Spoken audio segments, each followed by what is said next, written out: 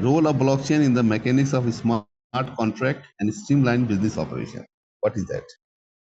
Blockchain का streamline business में और स्मार्ट कॉन्ट्रैक्ट्स में क्या रोल है? देखें बिस्मिल्लाहिर्रहमानिर्रहीम। बात वही है कि ना, at the core of blockchain it's a decentralized technology. ठीक है, ब्लॉकचेन की जो टेक्नोलॉजी है वो टोटली डिसेंट्रलाइज है, यानी कि कोई not one person owns the technology. ठीक है, मैं इस सवाल का जवाब देके फिर ख़त्म कर दूंगा क्योंकि फिर मुझे निकलना है। ठीक है ना, बाकी सवाल फिर हम कल ले लेंगे इंशाल्लाह। सो सबसे इंपॉर्टेंट चीज़ जो है ना, वो ट्रस्ट जो है ना, कुछ लोगों के पास नहीं है, बट वो डिसेंट्रलाइज है। जैसे मैंने कहा ना, स्कीम 33 में कराची में नवाज शरीफ जरदारी पीपल्स पार्टी ने कब्जा करना था, तो सब लोगों की फाइलें लेकर आए, उस फाइल को जला दिया, नई फाइलें क्रिएट की, बेच दी। तो एक एक जमीन 4-4 5-5 दफा बिकी हुई है। ट्रस्ट कहाँ था? वो फाइलिंग कैबिनेट्स में था, जहाँ तो वो था। ठीक है ना, उन्होंने जला दिया। और ये भी रसूलुल्लाह सल्लल्लाहु अलैहि वसल्लम ने फरमाया कि जो किसी की ज़मीन पे कब्जा करेगा, अल्लाह ताला क़यामत के दिन उसके साथ बहुत बुरा करेंगे। अब अंदाज़ा करो कि वो जितनी काम, और वो पक्का जहन्नमी है। ठीक है ना, और आप अंदाज़ा करें कि ये सारे काम हमारे मुल्क में होते हैं। ठीक है ना, ये इंडिया में भी होते हैं, पाकिस्तान सब जगह होते हैं। ठीक है ना, ये सब जगह है। अमेरिका में आपको ये काम नहीं मिलेगा, कनाडा में आपको काम नहीं मिलेगा, जर्मनी फ्रांस में आपको काम नहीं मिलेगा, कोई कर ही नहीं सकता आपके साथ। कोई अजीब बात है ना। ठीक है ना, अफगानिस्तान में वो कह रहे हैं कि हिंदुओं को बुला रहे हैं कि आ जाओ भाई, वापस आओ, अपनी ज़मीनें तुम ले लो। अजीब। दिस इज़ इस्लाम। ठीक है ना, तो यहाँ आपको इस्लाम मतलब कि उस सूरत में नहीं मिलेगा वेस्ट के अंदर, गोरों में, लेकिन मामलात माशरत में वो बिल्कुल क्लियर है आपके साथ। दूसरी चीज़ों में अपने गलत काम करेगा, जिना करेगा, शराब पी, सब कुछ करेगा, लेकिन वो कर। तो डिसेंट्रलाइज जो है ना, वो ट्रस्ट बड़ा इंपॉर्टेंट है। तो डिसेंट्रलाइजेशन एंड ट्रस्ट उसका डिसेंट्रलाइज है, यानी कि एट इट्स कोर ब्लॉकचेन की जो टेक्नोलॉजी है वो काम करती है स्मार्ट कॉन्ट्रैक्ट्स के ऊपर, कि जो डिसेंट्रलाइज है, यानी कि इंटरमीडियरीज जो हैं, लॉयर्स और बैंक्स और ये सब जो है, इन सबको हटा दिया। ठीक है ना, ईच ट्रांजैक्शन जो है वो वेरीफाइड है मल्टीपल नोट्स के साथ, और जब तक आप उस मल्टीपल नोट्स को हैक नहीं कर सकते, कुछ नहीं कर सकते, आपके पास कोई चीज उसमें से जा नहीं सकती। ठीक है, तो ये चीज सबसे इंपॉर्टेंट है समझने के लिए। तो उसकी इंटेग्रिटी, वैलिडिटी आपकी बच जाती है। फिर आती है ट्रांसपेरेंसी एंड इम्यूटेबिलिटी। ट्रांसपेरेंसी क्या है कि एक दफा जब स्मार्ट कॉन्ट्रैक्ट डेवलप हो जाता है, ठीक है ना, तो वो जरा इम्यूटेबल हो जाता है, यानी कि उसको आप कैन नॉट बी चेंज्ड। वो कॉन्ट्रैक्ट आप चेंज नहीं कर सकते। यानी कि अगर कोई मेरे घर की प्रॉपर्टी के कागजात थे, या गाड़ी के कागजात थे, या मेरी डिग्री थी, या मेरे कोई भी ऐसे पेपर्स थे, आईडी कार्ड था, पासपोर्ट था, अब वो ट्रांसपेरेंट है, इम्यूटेबल है, कोई इसको चेंज नहीं कर सकता, कोई जाली वीजा नहीं निकाल सकता, कुछ नहीं कर सकता। ये सब चीज़ जगहों पे आ रहा है, तो फ्रॉड प्रिवेंशन वहां पर बड़ा जबरदस्त है। फिर इसके बाद आता है ऑटोमेटिक एक्सिक्यूशन। ऑटोमेटिक एक्सिक्यूशन ये कि स्मार्ट कॉन्ट्रैक्ट जब एक दफा बन जाता है, निकल जाता है, ठीक है ना, तो वो सारा का सारा ऑटोमेटिकली निकल के बन रहा होता है। यानी कि अगर फंड्स ट्रांसफर करने हैं, रिकॉर्ड करने हैं, जो भी करना है, जिस टर्म्स है, आपने जो कंडीशंस अटेम्प्ट की हैं, वो ऑटोमेटिक एक्सिक्यूशन उसी टाइम पर होती रहेंगी। यानी कि आपने मैन्युअली लोगों को बीच में से निकाल दिया, पोटेंशियल एरर्स निकाल दिए, गलत सिग्नेचर्स निकाल दिए, गलत सिग्नेचर मिस हो गया, ये हो गया, वो हो गया, सब कुछ आपने खत्म कर दिया। ये तीन जो प्रॉपर्टीज है ना, वही कॉन्फिडेंशियलिटी, इंटेग्रिटी, अवेलेबिलिटी के हिसाब से यहाँ पर होती है। ठीक है ना, सीआईए के हिसाब से। फिर इसके बाद आता है बिजनेस ऑपरेशंस को स्ट्रीमलाइन करना। आपकी एफिशिएंसी, स्पीड बढ़ गई। आपको जाके इंतजार करने की जरूरत नहीं है, यार लाइनों में लगे हो सिविक सेंटर में, फलाना इधर उधर इंतजार कर रहे हो, यार मेरी बारी आएगी, मैं जाके इसको ना पावर ऑफ अटर्नी को जाके ये करूंगा, वो करूंगा। सब स्पीड एंड एफिशिएंसी फास्ट हो गई। Everything is fast. पेमेंट करनी है, प्रोसेसिंग करनी है, रियल टाइम पे, हर मिनटों में, सेकंडों में, मिनटों में काम हो रहा है। कॉस्ट आपने रिड्यूस कर दी, बीच में से सारे लोगों को निकाल दिया, ट्रांजेक्शन फी हटा दी, प्रोसेसिंग फी हटा दी, आपने लोगों से, बीच में से लोगों को निकाल दिया, आपकी ऑपरेशनल कॉस्ट रिड्यूस हो गई, और आपकी स्पीड भी आपको मिल गई।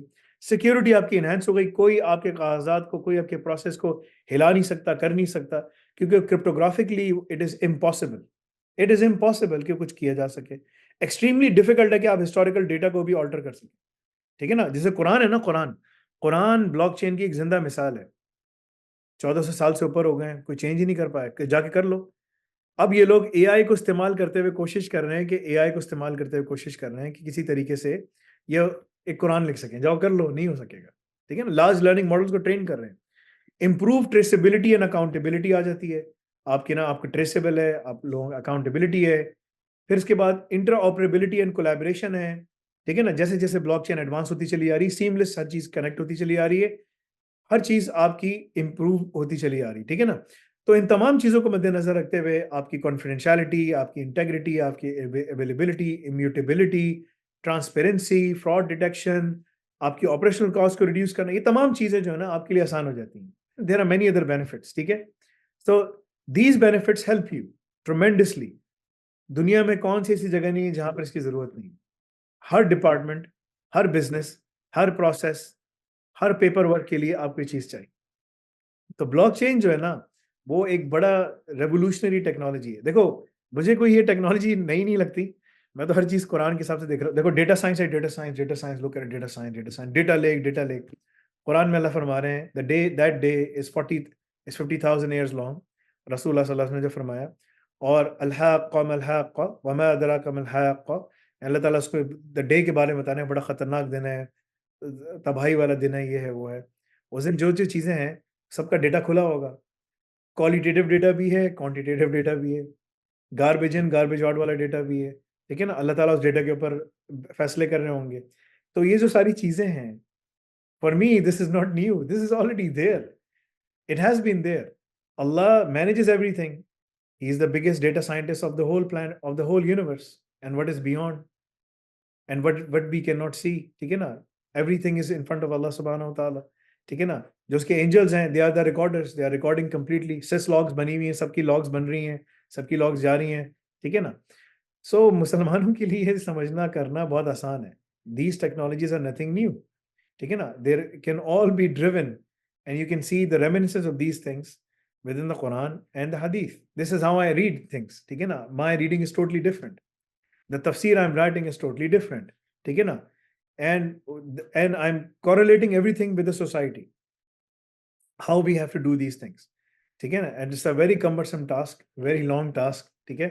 But before I die, I really would like to finish that, ठीक है ना? And put it out there, inshallah. But the point is, you all should do every effort, whatever you can, to ensure that you understand these technologies, because तुम लोग future की companies इसके ऊपर buildup कर सकते हो। मैं खुद ब्लॉकचेन के ऊपर काम कर रहा हूँ, ठीक है? और पेमेंट प्रोसेसिंग सर्विस, तमाम चीज़ों के ऊपर काम करते हुए लेकर आ रहा हूँ, ठीक है ना?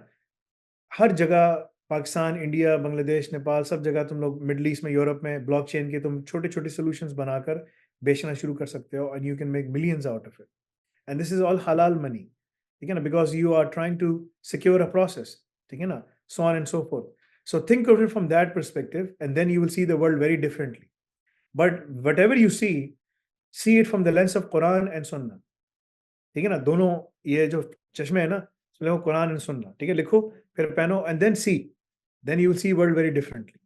That's how I see things from my perspective, ठीक है? तो अगर तुम लोगों को करना है ब्लॉकचेन, ये सारी टेक्नोलॉजीज है ना, क्लाउड सिक्योरिटी हो गया, साइबर सिक्योरिटी हो गया, जीआरसी हो गया, ऑफेंसिव सिक्योरिटी हो गया, डेवऑप्स हो गया, सिसऑप्स हो गया, एआई हो गया, ब्लॉकचेन हो गया, क्वांटम इसके अंदर है, क्वांटम कंप्यूटिंग है, बहुत सारी टेक्नोलॉजीज हैं। They all should be harnessed. मैं सबको बोलता हूँ कि यार, कैरियर तुम्हारा रुक जाएगा अगर तुमने आगे नहीं पढ़ा, काम नहीं किया, ठीक है ना? लेकिन लोग नहीं सुनते, बस लोग, जॉब लग जाती है, इससे उधर जॉब पे गए, उससे उधर जॉब पे गए, उससे उधर जॉब पे गए।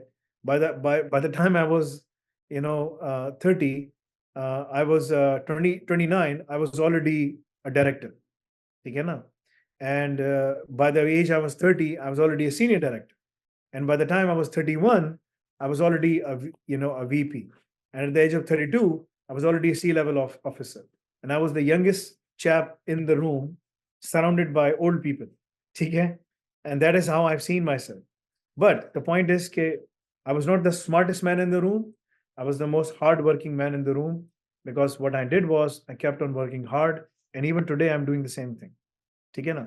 So whatever alhamdulillah I've learned is all because of the qadar of Allah subhanahu wa ta'ala, कि Allah ta'ala ने कबूल किया. So ask Allah, oh Allah, make things easier for me and for my family and for the Muslims all over the world.